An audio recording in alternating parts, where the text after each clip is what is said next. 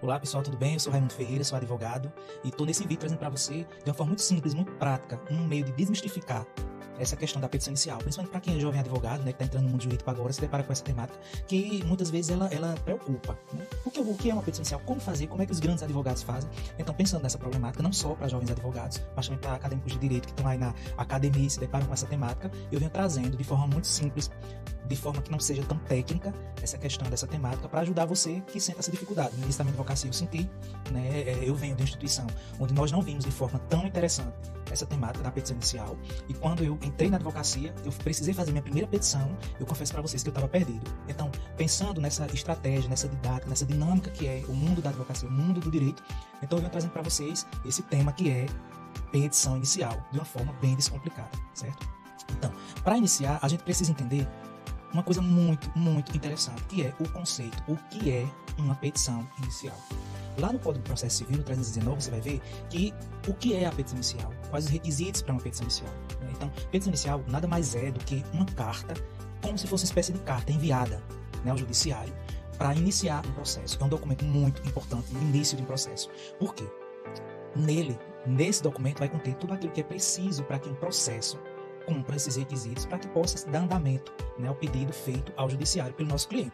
Então, dentro dessa dinâmica de petição inicial, é um documento que o advogado faz, o bacharel em direito acompanhado de um advogado faz, o estudante sob supervisão do professor também faz, ele vai ter uma estrutura, e essa estrutura o próprio CPC vai trazer, certo? Então você não precisa se preocupar muito com isso. Inclusive, para a sua segunda fase de OAB, também vai trazer esse tema, vai trazer a petição inicial de uma forma muito tranquila, já que na segunda fase você vai estar com seu vade-mecum. Então você estudar o 319 CPC, de cara você já vai ter uma preocupação a menos, qual seja a questão de como vai ser a estrutura da minha petição inicial, certo? Então, na petição inicial, a gente vai ver que primeiro vai ter um endereçamento, qualificação dos passos, fase fundamentos jurídicos, pedidos, provas, para você conciliar essa mediação, certo? Vamos com calma.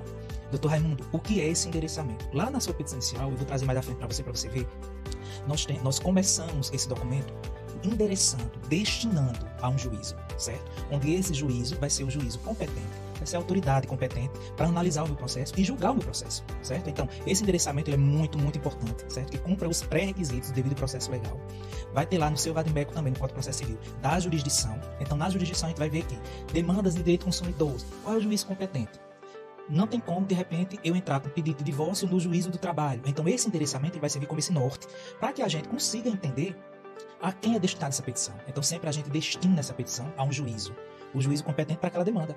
Eu não posso tratar uma questão, na minha realidade aqui, na minha prática advocatícia, eu não posso simplesmente tratar uma questão de BPC, LOAS, no juízo do direito do trabalho. Não compete para o juízo federal, né? Então, assim, esse endereçamento ele é muito, muito importante, você se atentar a ele. Depois desse endereçamento, a gente vai entrar nessa questão da qualificação das partes. Doutor Raimundo, o que é qualificação das partes? Simples. Qualificar a parte é dizer quem é a pessoa que está entrando com esse pedido e quem é a pessoa em que essa pessoa está fazendo o pedido. O autor é a pessoa que entra com o pedido, contra quem ele está entrando com aquele pedido. Então tem que qualificar. Essa qualificação serve para servir de norte também, para que o juiz entenda que fulano de tal, que é casado, que é brasileiro, tem a profissão tal, mora em tal lugar, ele, com fundamento nos direitos legais, ele está entrando com ação X em face de Beltrano, que é uma pessoa física ou uma pessoa jurídica. Isso aí é muito, muito tranquilo, certo? Então, voltando aqui, a gente vai ter a qualificação das partes, certo? Nessa qualificação das partes é muito importante colocarmos o e-mail da pessoa, colocarmos o CNPJ da empresa, colocarmos a qualificação do INSS, caso seja parte ré de uma demanda. Eu preciso qualificar para o juízo entender quem pede contra quem pede. Isso aí também é muito tranquilo. Nas provas de OAB de segunda fase, geralmente, o enunciado da questão ele traz essa situação, traz já essa apresentação dessa qualificação, então é tranquilo. Seu cliente, você vai estar lá no seu escritório, seu cliente vai chegar com a documentação e você vai poder qualificá-lo na sua petição inicial, dizendo: Dona Maria José, ela solteira, brasileira, aposentada, residente domiciliado na rua tal, com e-mail tal, WhatsApp tal. Você pode colocar essas informações para facilitar também o andamento do processo, certo? Vem por meio do seu advogado apresentar um pedido tal, você qualifica o nome da petição também, o nome daquela peça, a que ela se destina, ao divórcio, a um pedido de destituição de um contrato, restituição de um débito, uma aposentadoria, contra, em face de quem? Aí você qualifica a parte ré, certo? Depois disso, a gente entra na questão dos fundamentos e fatos jurídicos. Pessoal, voltando aqui para mim, quando chega aqui, a gente tem que se atentar que quando a gente narra os fatos, é muito importante que a gente coloque tudo aquilo que é importante para aquele processo. Não adianta, de repente, eu ficar colocando um texto enorme com um monte de coisas desnecessárias que para o juiz não vai ser tão importante. É importante que nós coloquemos de forma prática, objetiva, aquilo que precisa constar naquele documento, mas que também a gente possa trazer de uma forma muito clara, muito breve, até porque o que importa nessa nossa petição inicial, de fato, são os fundamentos, são os fatos, certo? Então, em vista disso, a gente vai ver que tem os fatos e fundamentos jurídicos, e depois de narrar os fatos, a gente entra nessa questão dos fundamentos jurídicos. Esses fundamentos sempre tem que constar, lembrando, o endereçamento a quem o juiz se destina, a qualificação da parte autora, o nome da ação, qualificação da parte ré, do polo passivo, e você já entra na questão dos fatos, narrar o que aconteceu, para que aquele seu cliente esteja buscando o direito dele. Depois disso, você apresenta, com base nas leis, com base na jurisprudência, nas súmulas, entendimentos. Você pode, nesse momento dos fundamentos jurídicos, colocar o que a letra da lei diz sobre esse fato, certo? Feito isso, a gente vai passar para os pedidos. Nessa parte dos pedidos, eu vou apresentar para o juiz o quê? Em virtude de tudo aquilo que eu apresentei anteriormente, eu venho pedir. E você vai fazendo uma lista de pedidos, né? Pedindo deferimento desse pedido, que o juiz o acate e receba esse seu pedido, certo? E também há situações em que você vai poder requerer a questão da produção de provas. Isso aí vai variar de cada fato. Na sua vida cotidiana da advocacia, você vai perceber que aí entra a questão de cada caso ser um caso, certo? E, por fim, a questão da opção de audiência de conciliação e mediação. O artigo 309 CPC, o inciso 7, ele vai trazer para a gente o seguinte: a petição inicial indicará, inciso 7, a opção do autor pela realização ou não de audiência, ou de audiência, conciliação ou de mediação. Geralmente, pessoal, nas ações que tem no nosso escritório de direito do consumidor, nós pedimos pela realização da audiência de conciliação, uma vez que é o momento de tentar solucionar aquele problema sem que ele se estenda muito no judiciário, certo? Então, o meu problema sendo solucionado de forma breve no judiciário, a parte ré propondo uma proposta para a gente, né? Digamos assim, propor algo para que eu possa naquele momento solucionar aquele problema é muito interessante, né? Nas minhas situações de direito previdenciário, eu costumo não pedir no início, né? Mas sim ao final, quando a autarquia do INSS ele quer lançar uma proposta, aí sim é diferente, já é outro cenário, né? Mas para algumas realidades é importante nós pedirmos já pela realização da audiência de conciliação. Eu costumo pedir no meu escritório para as ações de direito bancário, direito consumidor, certo? E continuando, a gente vai ver que dentro dessa estrutura, a gente vai precisar também ter uma série de coisas que venham facilitar a vida tanto do advogado como da massa do judiciário. Então é muito importante, para ter uma boa redação, para que eu tenha uma boa petição inicial, eu tenho uma clareza e objetividade. Eu preciso mostrar para o juiz que está acontecendo tal coisa, em virtude dessa violação desse direito, o meu cliente ele tem direito a tal coisa e por isso ele vem requerer. Porque não adianta, como eu falei lá no início, nós ficarmos enchendo linguiça, colocando abobrinha para enfeitar nossa petição, fica uma petição muito longa, que muitas vezes tem muita informação que são até desnecessárias, lembrando que cada caso é um caso, certo? Eu preciso também ter uma persuasão. Desculpa, o que é isso? Eu preciso fazer com que o juiz, ao ler minha petição, ele veja que tem uma coesão, tem uma coerência. Ele tem que ver que o direito do meu cliente foi violado e por isso ele tem direito de restituir, de solucionar o problema que foi ocasionado. Então, é preciso que eu também ponha que o meu cliente tem direito à excelência. E que, por esse direito dele de ser violado, é que nós estamos aqui. Eu tenho que persuadir de uma forma muito, nas minhas palavras, muito nas entrelinhas, deixar subjetivado aquilo que eu quero com muita objetividade. E é muito importante, depois que você fizer a sua petição, você revisar a petição. No começo da minha advocacia, eu sofri muito porque eu colocava as petições. Teve uma vez, eu fazia a petição já no próprio sistema do PJE, né, e protocolava de imediato. E uma vez, eu acabei colocando uma petição que havia alguns erros, que eram erros que não podiam acontecer. Como, por exemplo, esquecer uma jurisprudência muito importante para aquele caso concreto, né?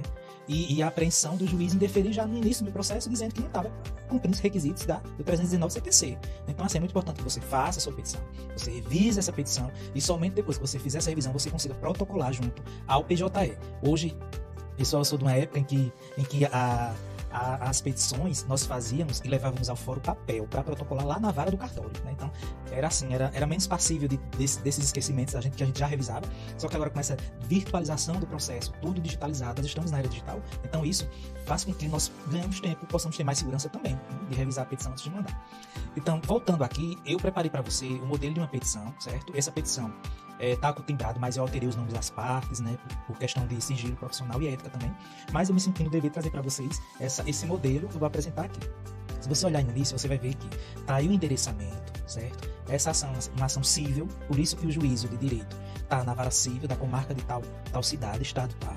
Primeiro, qualifico a parte autora, Depois que eu qualificar a parte autora, coloco o nome da ação, aqui foi uma ação declaratória de nulidade contratual, com repetição do débito, em dobro, com indenização por danos morais, pedido de tutela de urgência e não de outra parte. Em face de fulano de tal, que é a parte ré, certo? Lá no início da minha petição, vocês podem ver que eu coloquei a gratuidade de justiça, certo? Por quê? Porque nessa situação específica, a minha cliente é uma pessoa pobre, não tem condição de estar custeando, nesse primeiro momento com as custas judiciais, conversamos e eu requeri a questão da gratuidade de justiça. Então, quando isso acontece no meu escritório, eu costumo colocar como o primeiro tópico, de forma muito preliminar, de forma antes que o senhor leia a excelência, a minha petição, eu preciso que o senhor veja que eu estou pedindo a gratuidade de justiça porque minha cliente ela não tem condição de pagar, certo? Voltando aqui para a tela, depois disso, essa situação é uma situação da pessoa idosa, eu coloquei da prioridade processual, uma pessoa que tem essa prioridade, se for deficiente, aquelas pessoas que se enquadram no rol da lei de prioridades, elas entrariam aqui dos fatos. Nos fatos é aquilo que eu falei para vocês. Gente, dos fatos é o coração da petição, da nossa petição. Porque lá eu vou descrever de forma breve, objetiva, coesa, o que está acontecendo, certo? Então, interessa muito mais para o juiz ver dos fatos do que do direito. Até porque, como a gente sabe, o juiz já tem esse conhecimento do direito, né? Depois dos fatos, a gente entra com o tópico 3, que seria do direito. Então, nessa questão do direito, a gente vai ver que aqui eu posso colocar casos análogos, posso colocar entendimento doutrinário sobre essa situação, entendimento jurisprudencial, posso colocar as súmulas, posso colocar tudo aquilo que me dá esse suporte técnico para mostrar que o direito foi violado, certo?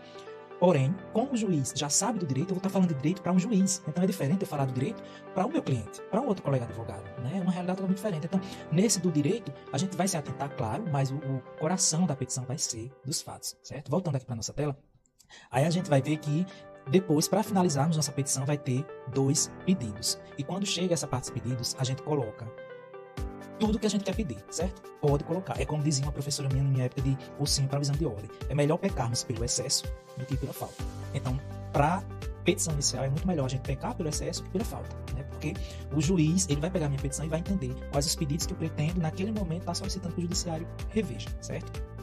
Então, pessoal, essa foi mais ou menos uma ideia que eu quis trazer para vocês, né? Um tema muito polêmico, é meio macabro, meio tenebroso, principalmente quando a gente está começando na advocacia, mas procurei trazer de uma forma muito simples, muito básica, para que você compreenda. Então, caso você queira mais dicas como essa, você pode me seguir no Instagram, @advraimundoferreira, e lá vai estar constantemente sendo postado dicas e informações muito importantes sobre o direito previdenciário. Certo? Muito obrigado, conto com vocês no nosso próximo vídeo e espero que você tenha curtido essa informação. Até logo!